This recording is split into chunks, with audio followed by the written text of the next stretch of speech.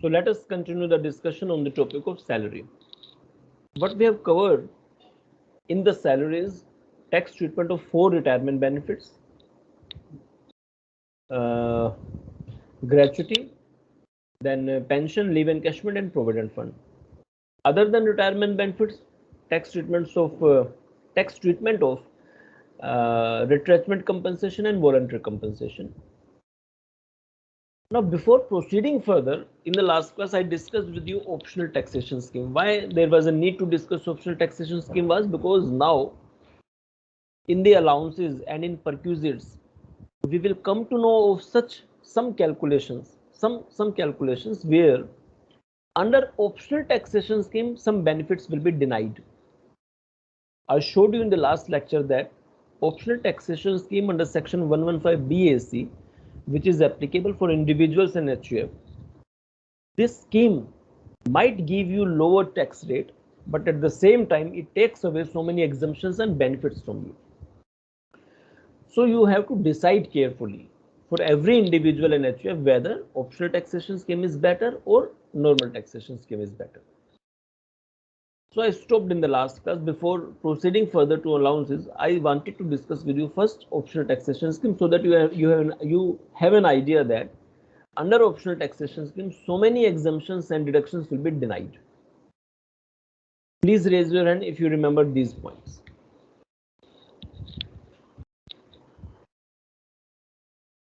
Be a little bit fast in raising the hands or asking the queries or replying to the answers. Okay, now let me discuss now with you allowances. Can you tell me what are allowances? As a general definition, what do you understand by allowances? Anyone? What do you understand by allowances?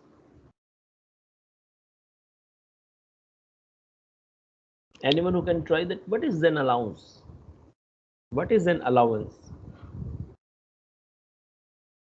So benefits that are given to the employees over and above the salary, it may be in cash or maybe in kinds. No, it is not an allowance. Any other answer? So benefits given for a specific purpose under regulations like traveling allowances. Can it be non-cash? Maybe if it's like say for food or housing. No, it's not the answer. Any other answer? Any other person who can try to Obviously, tell? it cannot be in kind, since that would be a facility. Like that No. would be non-monetary, right? Yeah, but what is an allowance? Can you tell what is an allowance?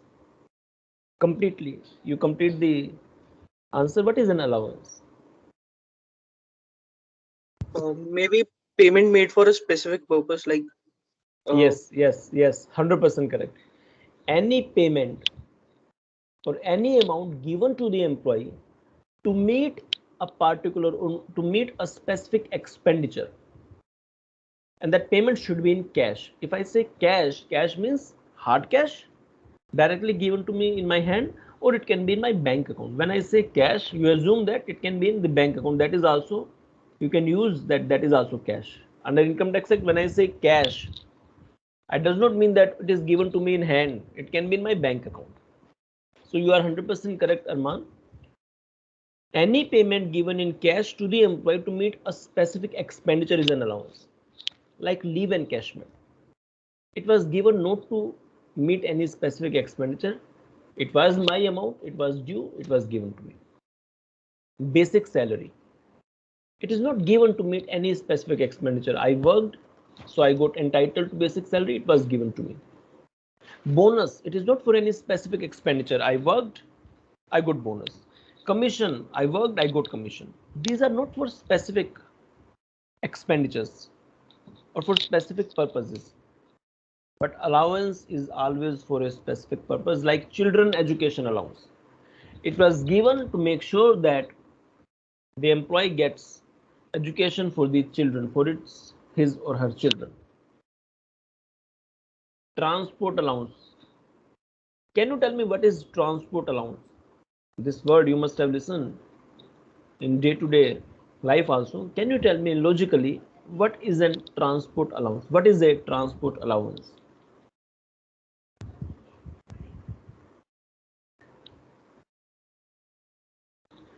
Any other who can? Yeah.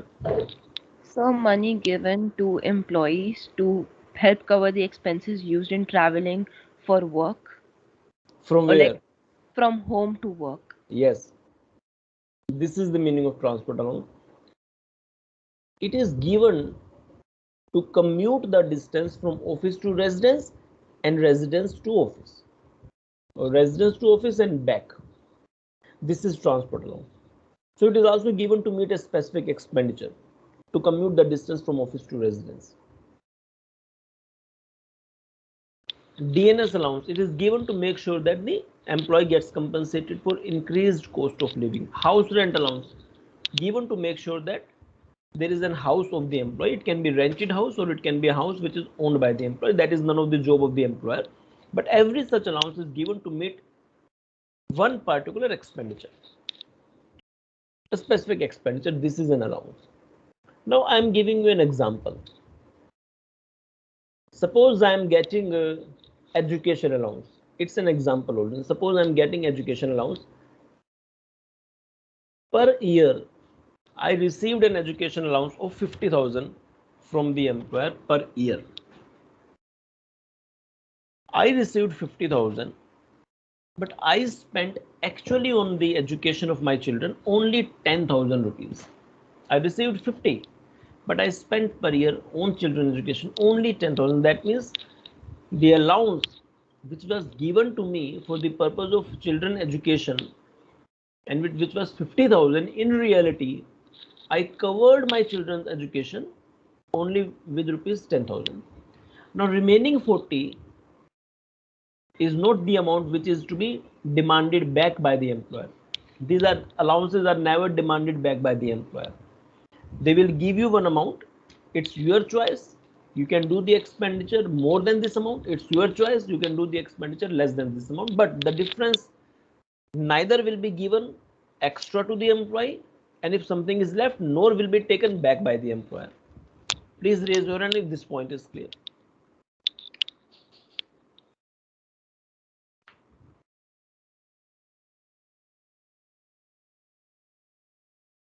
Now, again come back to my example. Assuming that the education allowance of 50,000 is received, I spent 10,000.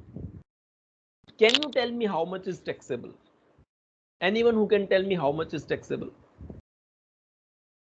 I received 50.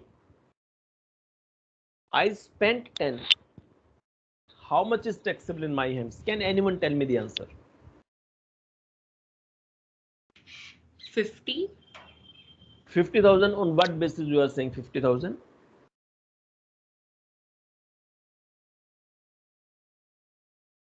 On what basis you are saying 50,000? You might be correct. I want to know the reason that on what basis you are saying 50,000. Can you try that? On what basis you got this point that 50,000? Received. Okay. So yes, it is one possibility that I received an allowance of 50,000. I spent 10,000, and this girl is saying that taxable value is 50,000, and the reason which she is giving is, I'm refining that reason, that this allowance is fully taxable. If this is the provision that this allowance is fully taxable, my answer will be 50,000. If agree, raise your hands.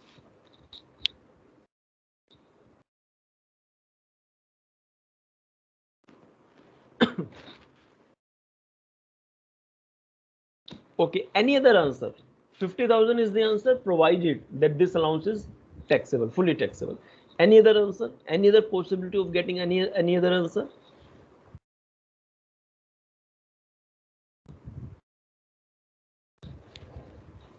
Can you think of any other possibility of having different answer? I received 50,000 an allowance, any allowance, education allowance is the example. I spent 10,000. I got one answer that 50,000 is the answer. It can be the answer provided this allowance is fully taxable. I want to ask for another possibility. Is there any other answer? 40,000. Please a little bit loudly. 40,000. 40 can be the answer, but in that case, what concept you apply? That the allowance was 50,000. However, the whole amount was not expensed. Only 10,000 was. So 40,000 becomes like pure income. So Okay, so this also is the possibility. I can be having the answer 40,000, but let me refine the reason given by this boy. In that case, I will say that exemption depends upon the actual expenditure. If this is the provision that exemption depends upon the actual expenditure, then I will say that 50,000 is the amount received minus amount spent 10,000 and 40,000 is the answer. If understood, please raise your hand.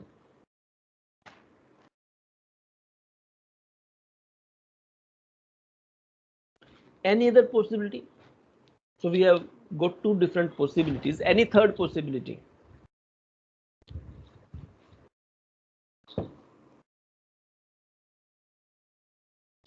Can you think of any third possibility where my answer can neither be or will neither be 50,000 nor 40,000? Any third possibility now?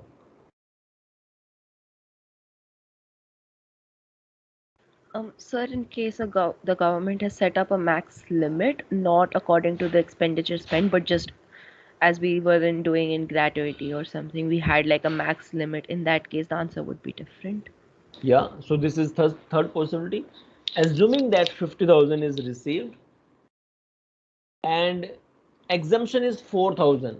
I am assuming that assumption is 4,000. So my taxable value will be 46. This is also correct. But then what concept you are applying, that here exemption does not depend upon the actual expenditure. Exemption depends upon the provisions of the Income Tax Act. Whatever you actually spent doesn't matter. Your exemption depends upon the provisions of the act.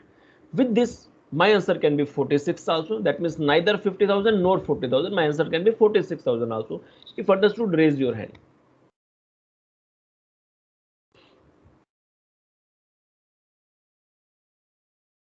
Any other possibility?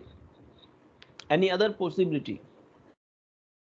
You can be having one another possibility. It's still remaining. Any other possibility? Where in my example, my answer will neither be 50 nor 46 nor 40. Fourth possibility. Can you try and think? sir, if the income Different tax tax rate has on both. Can you speak loudly?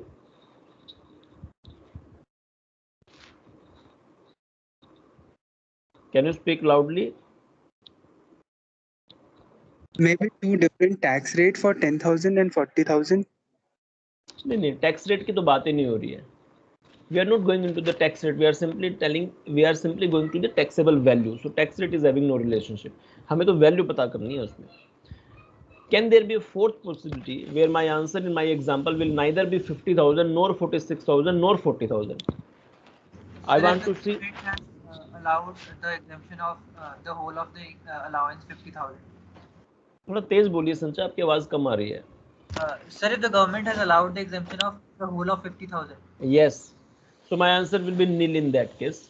My answer can be nil in this example, provided this allowance is fully exempt from tax.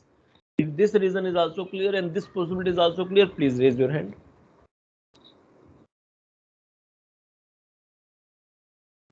Very good. Now let me share the screen. So with this example, I have covered 4 different categories of allowances. If you carefully see, I have covered 4 different categories of allowances.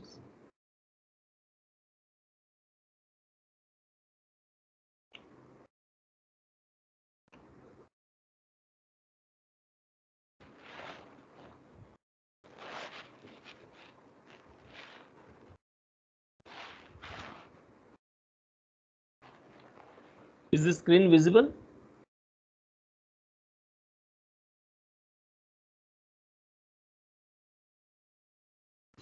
Yes, sir. Okay.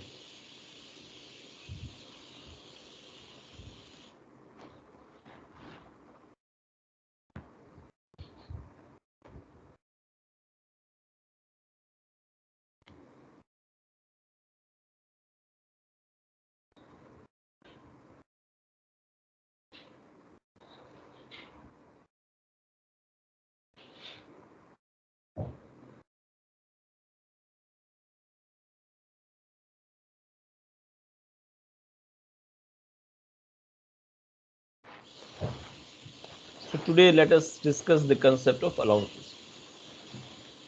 See, the purpose of this class is not to simply train you to get 100 marks or full marks in this subject. These marks are of having no relevance after one particular age. These might help you in a very short run, but not in long run. So where some coaching centers have this tendency, they simply train the students to get marks in the examination, that's it. But we are not, the higher education or the government institutions don't train only for the purpose of marks. They train you for the purpose of being an expert in that subject. And this knowledge can be used in your real life also. So the purpose of my class will be that you become familiar in reading act, not only this act, but all the acts. So I cannot train you in reading all the acts, but the moment I train you, I get success in training you in reading this act. By default, you will get trained in reading all the acts. This is one thing. Now, what I say, just because a teacher is saying something, it doesn't mean that you are under any obligation to say yes. If you think that I'm saying that thing, which is different from the concept or knowledge which you have of that particular subject, it's better you start arguing with me. Saying yes to every thing which is said by a teacher is not a sign of respect of that teacher. In this way, if you say that no, you will always say yes, you will never learn anything. You start arguing with the teacher that why you are saying this thing. This is different from what you have studied anywhere else. So it helps me in doing some debate and starting arguing with me. So college is not like coaching centers. Their students are not trained in getting marks only. The purpose of this training is to make sure that the students are having leadership qualities. They have motivation in attending the lectures and they learn something which will be used in their future life. Because in future life or in future course of action, these books or marks always will not help. You will be having real life situations. Critical situations can arise. You have to take some decisions which might be very decisions, the decisions on which the life of thousands of people is based. So when you get such training, you get training when you start reading the real things. The books which deals with our history, geography, you should start reading. I don't know how many of you read the newspapers. Let me see. Can you raise your hands if you read the newspapers regularly? Please raise your hands, those who are reading the newspapers regularly. Honestly, there is no competition going on anywhere. How many of you read the newspapers regularly? Honestly. जो चीज नहीं आती है उसको साफ साफ मना करो, भाई नहीं आती है मैं ये चीज, कोई गुनाह नहीं है, कोई चीज नहीं आती तो everyone is not the perfect in everything. मुझे काफी चीजें नहीं आती तो नहीं आती, क्या प्रॉब्लम है इसमें? We will learn only 5, so that is very wrong thing. Now out of these 5, can you raise your hands if you read editorial pages of the newspaper? Editorial page, editorial is one page, not the news only, editorial page. Raise your hands only if you read editorial page, not the news only. So this percentage is very less. So I can say that around 5% of the class, maximum 5% is reading editorial page. So this is problematic. Do one thing, from tomorrow onwards, get this subscription of any newspaper. My suggestion is you go for The Indian Express or The Hindu or any Hindi newspaper or any language, any newspaper in your regional language, that is also fine. But since English is the language which is a global language for communication, I advise to read The Indian Express or The Hindu. Now you are in a matured age, or very soon you will be in matured age. So start reading The Hindu or The Indian Express, especially editorial page. It comes in between the pages of the newspaper, maybe 9th or 10th page, I don't remember exactly. You read editorial page, where on any topic, entire history is given, starting from beginning till end. Opinions are given, analysis is done. It helps you in increasing the dimensions of your mind. You start thinking in different directions. The purpose of this taxation lecture or BCom Honors degree is not only to simply train you in BCom only. You must be having multidisciplinary approach now, because now globally we are linked that By sitting at any part of the world, we can communicate with the entire population of this planet. Or maybe after 50 or 100 years, we might find another planet where another species is existing. We might be communicating by sitting on planet 1 with the people who are sitting on planet 3, planet 4, planet 5. So start increasing your aura and dimensions of your knowledge. It is not restricted to any one particular subject. It cannot be. What is happening now in different countries, in Afghanistan, in Syria, in other countries, you must be in a position to analyze the situation and impact, see the impact of those situations on our country, on our family, on your surroundings, and overall as a planet as a whole. Okay, so this is what I wanted to tell you, because gradually so many times we come across some discussions which might not be related to our subject, but that gradually comes when we start doing debate and arguing on some point. So do healthy arguments and healthy debates with your friends, with your colleagues, with your seniors or juniors, whatever. You are under no compulsion to say everything as yes. If you think that something is wrong or not as per what you know, you should discuss and get new insights. So we should be comfortable after some time, maybe after some days, in reading this income tax act. And once you get comfortable in reading the act, you will find that you can read every act anywhere. So come back to that slide and see what I have covered. I covered the taxability of allowances. I covered with you through this small example concept on which my taxability of allowances is dependent or based. Taxability of allowances.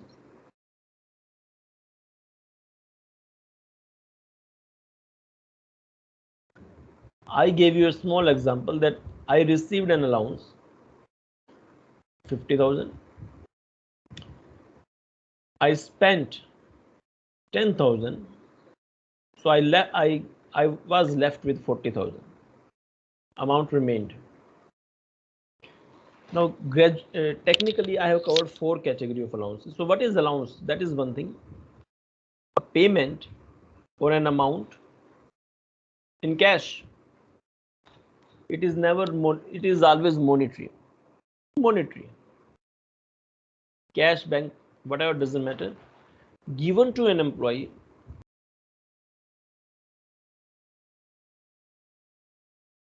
to meet a specific expenditure. I'm using the word a specific. So education, that means education purpose. House rent allowance, house purpose, specific purpose. Now, I'm never concerned, being an expert in taxation, you are also never concerned with on what basis any allowance is received or given by the employer to the employee. It is beyond the area of your knowledge or beyond the scope of your conceptual understanding of taxation. Income Tax Act is not at all concerned with that. There might be some situations where I will check the treatment of amount received, but for semester 3 at least, never go into the detail that why this amount is received. You are supposed to tell you only how much is exempt, that's it. Around 50% of our semester 3, or you can say 90% of entire income tax deals with only to check how much is exempt and not. Otherwise, every income is taxable by default. There is no need to argue on any point. Every income is taxable. You only check is something exempt or not, that's it. Otherwise, every income is taxable. Same thing is happening in allowances. I have framed 5 categories. These are not as per the act. This is for simplification. In category, I will tell you those allowances where exemption depends upon the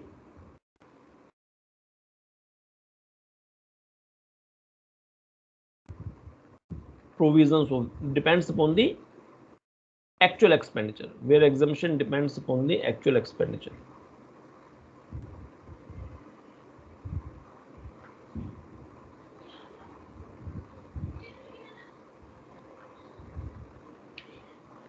In some cases of allowances,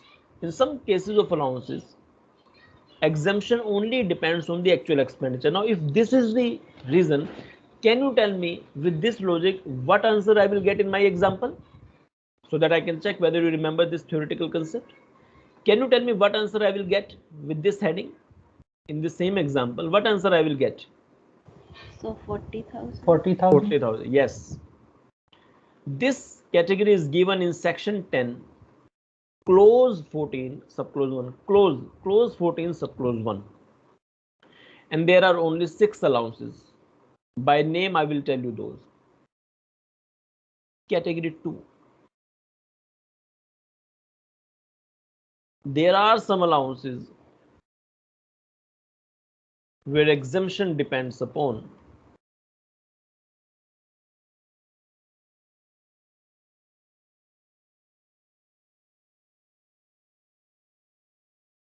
the provisions of the Income Tax Act.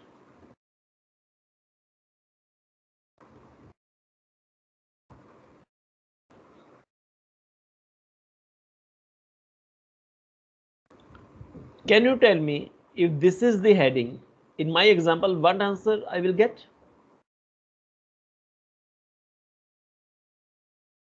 So you have to tell what the provision of income tax. No, in my example, I gave you the answer. No, that if 4,000, suppose 4,000 is that as per the provision, so 46,000 will be my answer. I gave you that example.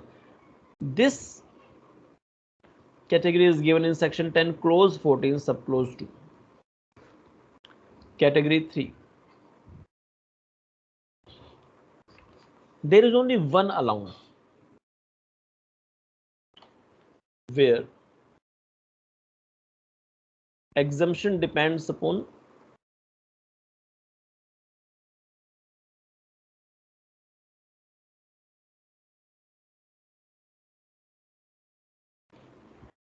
the provisions of the Act as well as actual expenditure.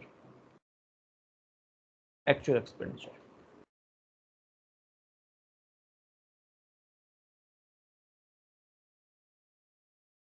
There is only one allowance where exemption depends upon the provisions as well as actual expenditure. Name I will tell later on. It is section 10, clause 13A. Category 4.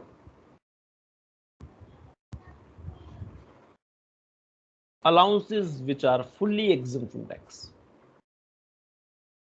These 4 I discussed with the help of that small example. Allowances which are fully exempt from tax. Now, can you tell me logically what will be category 5? What should be category 5?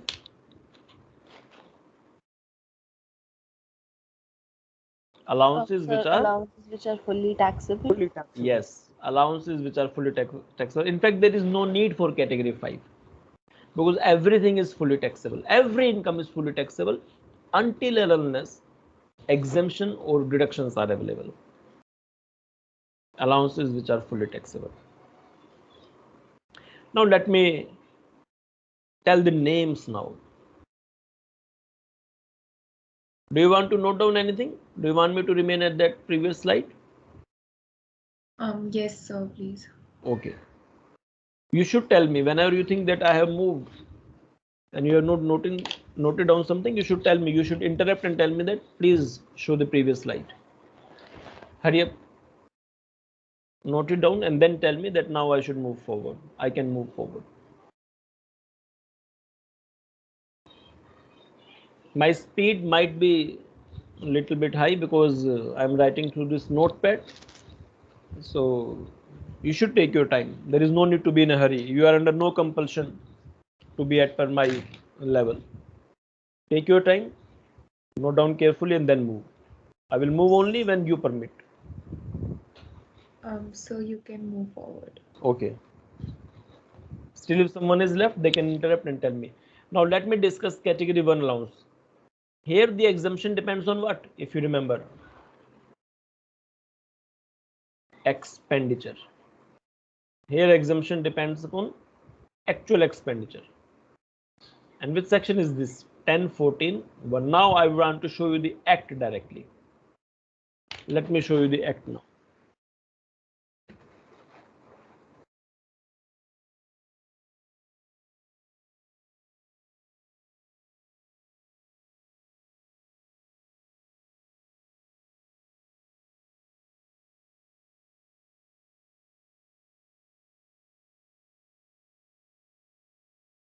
Is the website visible? Yes.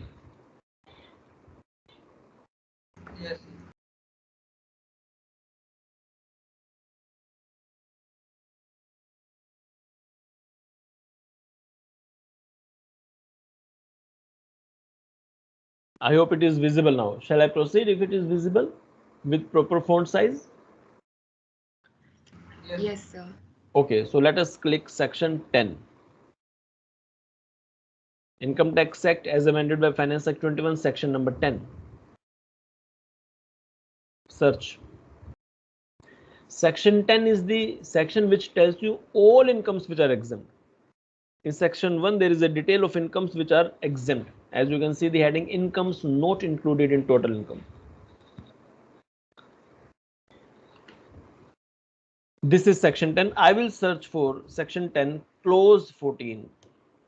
This is clause 14, and let me start reading for you so that you know how to read the act. Section 10, clause 14, subclause 1. Any such special allowance or benefit not being in the nature of a perquisite within the meaning of clause 2 of section 17. What it says?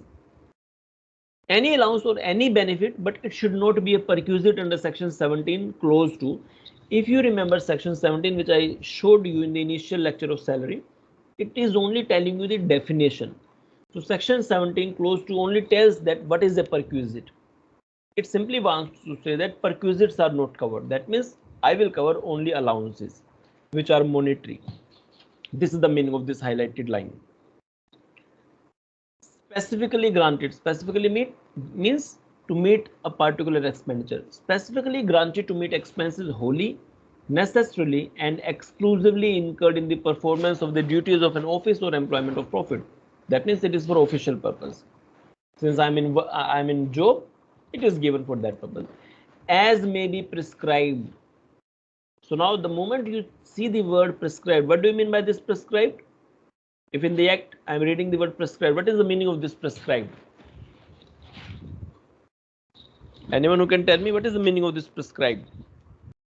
That you check rules. We are reading Income Tax Act 61, in which we have different provisions, but how to apply those provisions? How? Where procedures are written. For this, we don't have act, we have rules. So we have Income Tax Rules 1962. Whenever the word prescribed is written, it means check the relevant rules. So the name of those allowances I will get through rules. Act is not telling me the name. To the extent. What is the meaning of the word to the extent? If you remember, section 10 is telling you the exemption. So this exemption is to the extent. That means this is not exemption which is fully or absolute exemption. No, it has a limit. Exemption is to the extent to which such expenses are actually incurred for that purpose. These 4 lines I simply simplified by writing or by telling you that it is my category 1, it is my category 1, where exemption depends upon the actual expense. Now, let me click this as may be prescribed. The moment I click this superscript 56, can you see in the bottom what has come?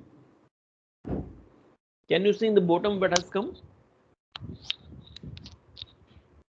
Yes, sir. What is written is, for prescribed allowances, see rule 2BB sub rule 1. That if you want to check the name of those allowances, then don't read the act, read the rules and check rule 2BB sub rule 1.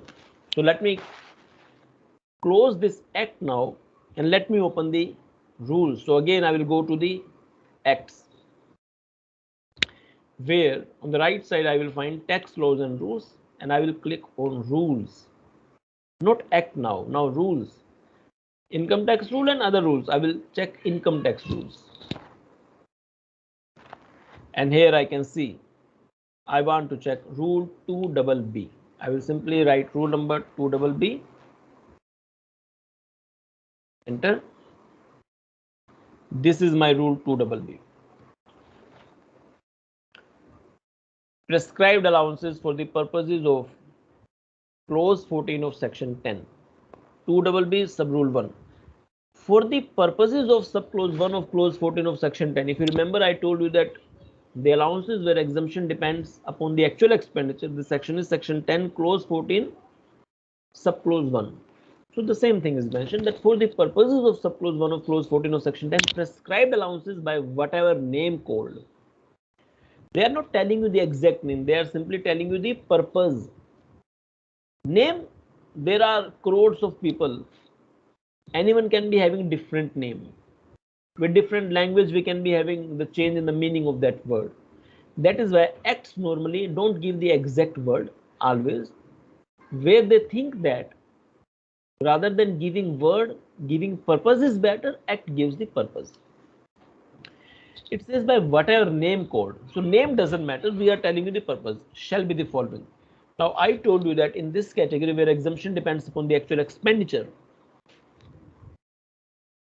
there are 6 allowances. Why I am telling you 6? If you can see these numbering A, B, C, D, E, F, that's it. Then we have another subrule 2. So that I am not discussing. So A, B, C, D, E, F, A, B, C, D, E, F. So there are 1, 2, 3, 4, 5, 6 allowances. And now you see the purpose of those allowances. Any allowance granted to meet the cost of travel on tour or on transfer. When any employees, suppose any employee goes outside from the other than the place of his place where he is employed, from Delhi to Mumbai, for example, my college sends me to Mumbai for some official work. Then entire traveling expenditure or on tour expenditure, whatever amount I get, that is known as my touring allowance or transfer allowance. But this name is not the name given by the act. It is simplification for semester 3, that's it. In reality, you must know the purpose. So I can call for simplicity touring allowance, transport allowance. Sorry, transfer allowance, not transport. B, clause B. Any allowance whether granted on tour or for the period of journey in connection with transfer to meet the ordinary daily charges incurred by the employee on account of absence from his normal place of duty. For example, I was sent to Mumbai for 2 days work.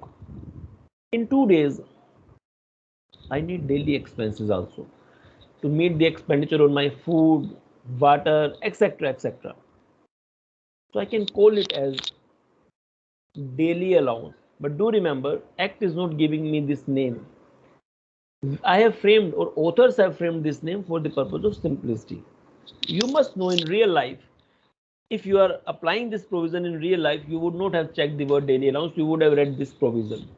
In courts, you will not find the word daily allowance. Courts will use that clause B is saying this. They go word by word and by the act language. Clause C. Any allowance granted to meet the expenditure incurred on conveyance and performance of duties of an office or employment of profit. So duties of office or employment of profit means the place where you are working, that's it. Conveyance allowance. D. Similarly, when you read, you can judge yourself, it is helper allowance. E. Academic, research and training purposes, it is academic allowance, research allowance, that's it. F. For maintenance or purchase of uniform allowance. Normally in nursing sector or in hospitals, nurses, ward boys, these people get uniform allowance. In armed forces, people might get uniform allowance. So it depends. So I told you that there are 6 allowances, or I showed you that there are 6 allowances where exemption depends upon the actual expenditure. What are those 6 now? Do you remember the names now? These 6 are, the purpose of showing you the act is that you become comfortable in reading the act when you passed out from semester 3, that in future you will get so much comfortable and happy in reading the act that you will never read act, especially act, from any secondary source. Always you will search for original language.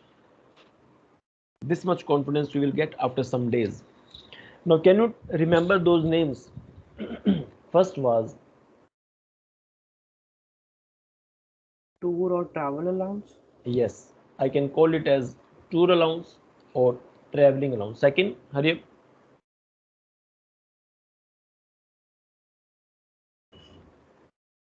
Daily allowance. Third was conveyance allowance. Fourth was Helper allowance. very good, helper allowance. Fifth was Research allowance. academic oblique research allowance. Okay. Then last was Uniform allowance. very good. In these 6 cases, my exemption depends upon actual expenditure. Like suppose I received a daily allowance of 20,000. I spent 5,000. I spent 5,000. So how much is exempt? 5,000 is exempt because what you spent is actual exemption. I will show in my salary 15,000. Suppose I received daily allowance 60,000. I spent 80,000. Can you tell me how much is exemption? 60,000. 60,000 because your exemption can never be more than the income. What department can do maximum? Department is not going to pay the expenditure from their own pocket. They can maximum say that you received 60, you spent more than 60. What maximum we can do for you is we will exempt 60. That's it. Taxable is nil. Please raise your hand if category 1 is clear. Hurry up, please.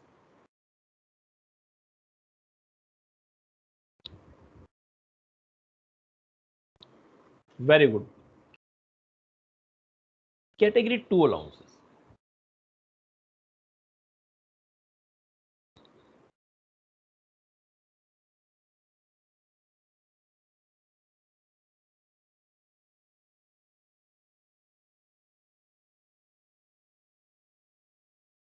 Category 2 allowances. Here exemptions depends on what? Provisions of the act.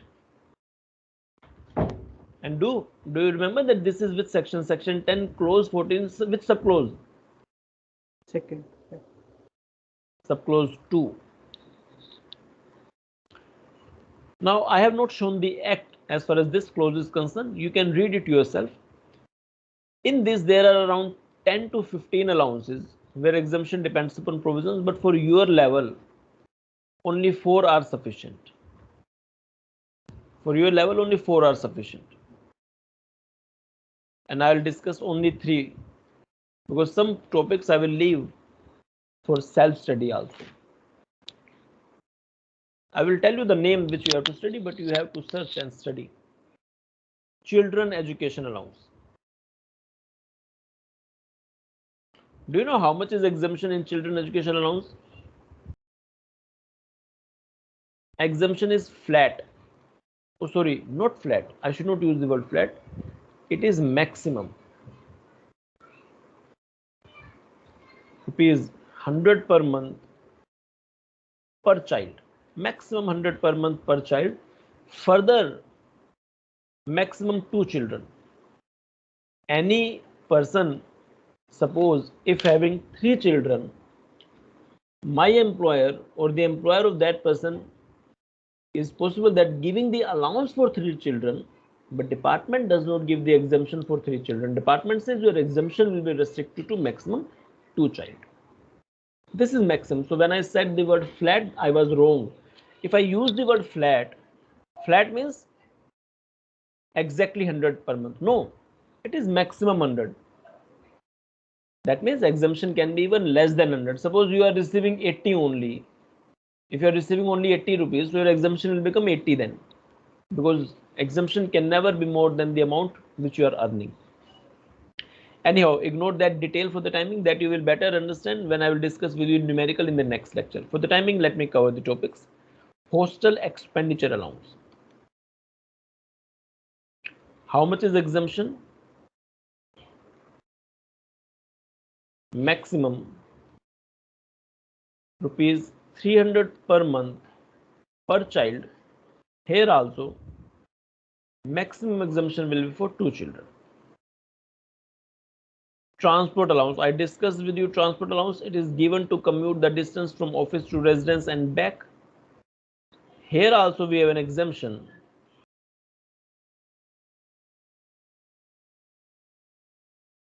$3,200 per month. But here, do you know this exemption is available to whom? Do you know this exemption is available to whom? From anywhere? Have you listened this? That this exemption is available to whom? The employee. अरे यार employee को तो मिलती है exemption. Which employee? Of course, every exemption is given to the employee because employee is earning the amount. I want to know, is it available to every individual or some special category of individuals? If you have listened from anywhere. Travel inside. For Those who travel inside India. नहीं मैं बता देता हूँ. It is basically for differently abled people. Available for differently abled India. क्योंकि inside India वाला close तो अपने आप ही एप्लीकेबल हो गया. Because I told you that it is from office to residence. तो ऐसा कोई एम्प्लॉय थोड़ा ना होगा जो रोज फ्रांस से आएगा इंडिया और शाम को फ्रांस से वापस आएगा. Office to residence and back. तो इंडिया में ही हो सकता है सब. Available for differently abled people. This is the point. Now, unfortunately, Income Tax Act is still using derogatory words like deaf and dumb. Otherwise, we are not using those words now. As per Disability Act, we are not using these words for different people having different physical problems. They might be superior than those who are not having any physical problem. Stephen Hawking was an excellent example, if you remember. Space scientist, astrophysicist, who died. Available for differently abled person. So act, I am using the word differently able, but Income Tax Act still goes by these words which are not correct in my sense. Deaf and dumb, orthopedically handicapped. We don't use such words now. These words are not considered as good words in good taste. But when you read the act is still using, not all the acts, Income Tax Act is still using these words. In reality, we should use the word differently abled person. Anyhow, that it has nothing to do with me because I don't have any power to reframe this act, etc. But you must know that only for these people there is an exemption of 3,200 per month. For normal people like me, there is no exemption available for transport allowance. Only for these people, differently abled people, they can get an exemption of 3,200 per month. For the time being, I am discussing only these three as far as category 2 is concerned. Numerical, I will discuss of category 3 later on. What is in category 2, not category 3, it is category 2 going on. Category 3 now. Do you remember what I wrote in category 3? Only one allowance, where exemption depends on what? So provision and expenditure. Yes, provisions of the act as well as actual expenditure. And the name of that allowance is house rent allowance. Numerical I will discuss in the next lecture. For the timing, let us cover the categories. HRA.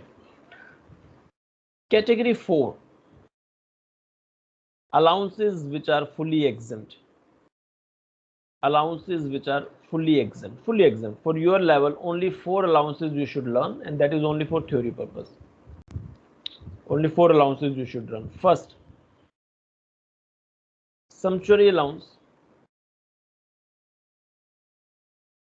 Sumptuary allowance, it is fully exempt. It is generally given to High Court and Supreme Court judges. Now, why this is sumptuary? It is basically for entertainment. Entertainment, to entertain, not entertainment. To these judges, High Court and Supreme Court judges, there might be some visitors who want to meet the judge of Supreme Court or High Court.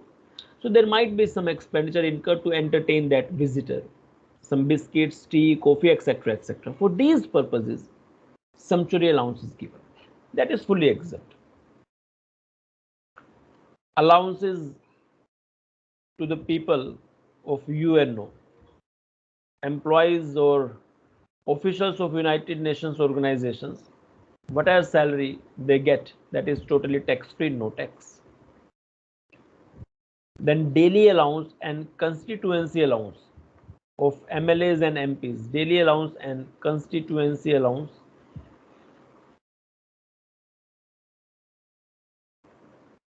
of MPs and MLAs fully exempt.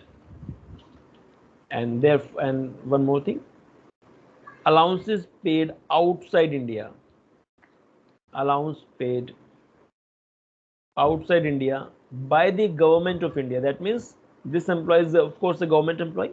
That is why government of India is giving the allowance. Allowances paid outside India by the government of India to an Indian citizen.